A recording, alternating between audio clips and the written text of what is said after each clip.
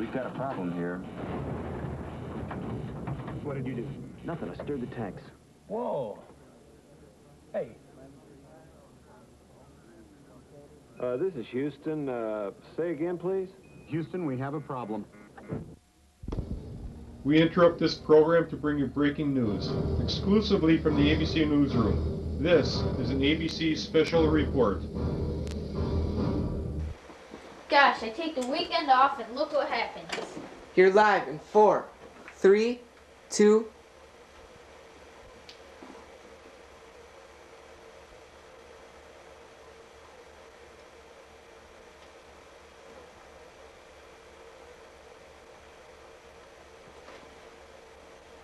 Hi, I'm Kyle Theta. We have breaking news to tell you about this evening. ABC 21 has unconfirmed, I repeat, unconfirmed information that an unknown virus of some sort has killed every soul in a small town in Arizona. These people, we are told, died very quickly. In fact, by their facial expressions, it seems as if they didn't even know that anything was happening, and instantaneously, without any suspicion, passed away. We are told that the entire population of Piedmont, Arizona, approximately 50, yes, 50, are lying lifeless on the streets. This happened during the night, so nobody knows for sure why they were all outside. We are currently trying to receive video from the scene, but as of now, it is undetermined how long that will be.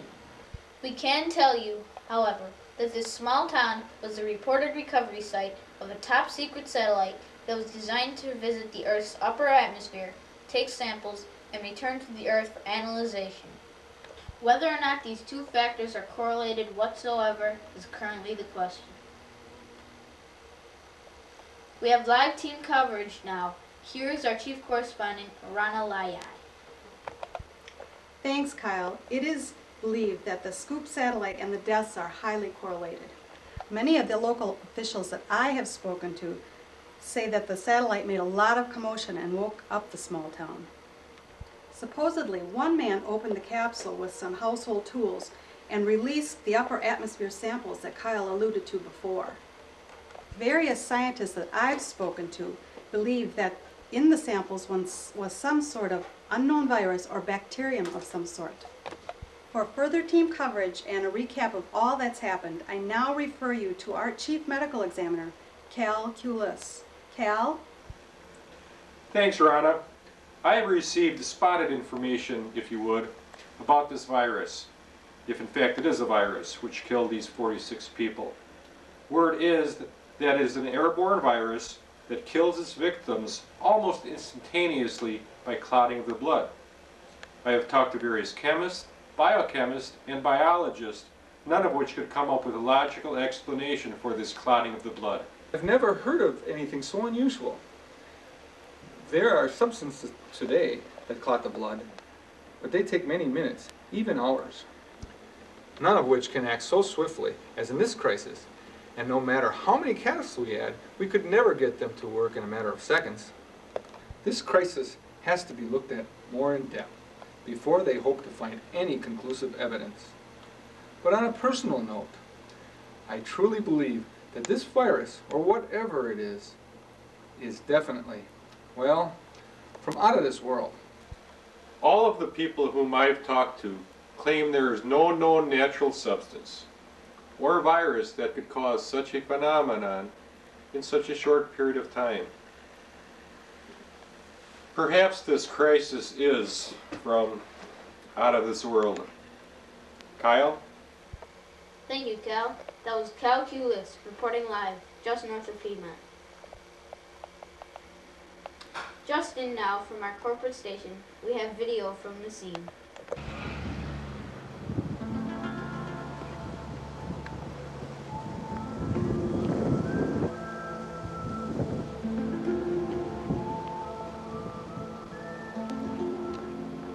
Okay. Well, if in fact this virus is airborne, what does that mean for everybody else? Here is Jenny Jones with Health Report 21.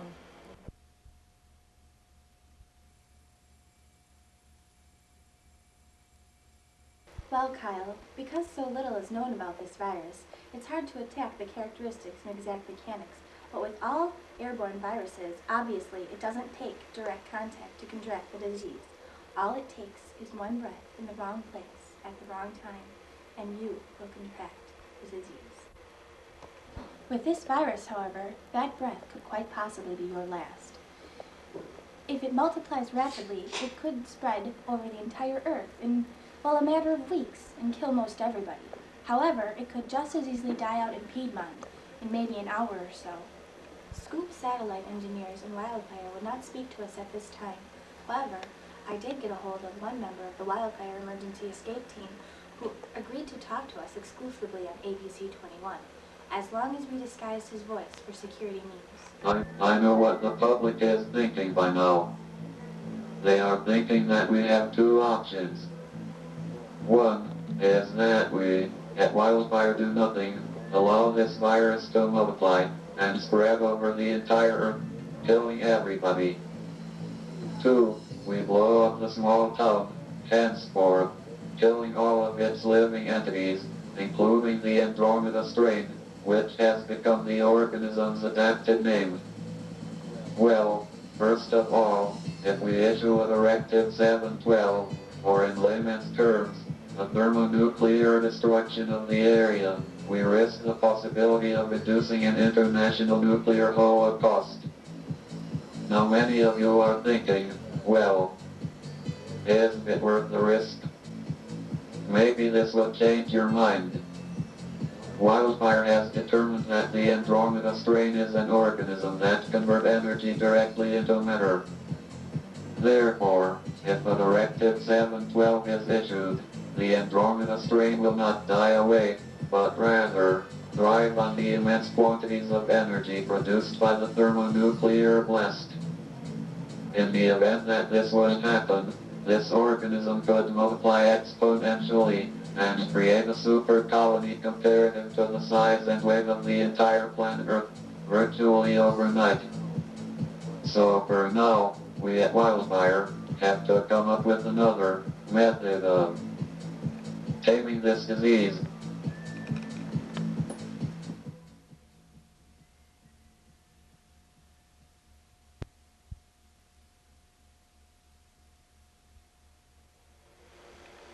Thank you for that positive outlook, John.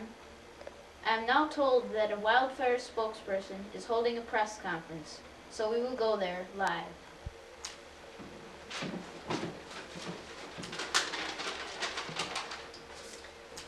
Suppose extraterrestrial life wanted to contact other life.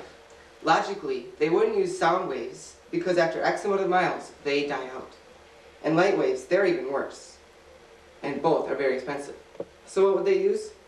Logically, they'd use organisms. They could send organisms that could directly convert energy into matter so that it could multiply and spread throughout the entire universe without dying out. We at Wildfire believe we have come in contact with this organism. However, unfortunately, this Andromeda strain, as it is called, is highly lethal to humans. The organism already managed to kill 50 people in a small town in Arizona. That's when it mutated into a form that dissolves a newly produced rubber-like substance, a polymer. Before we could act, mutated once again into a harmless form, and as I speak, it is escaping out of the Earth's atmosphere and seems as if life will be spared, this time. Well, now that everything seems to be under control, we will return you to your regularly scheduled program. Please stay tuned to ABC 21 for more information. And cut. I'm out of here.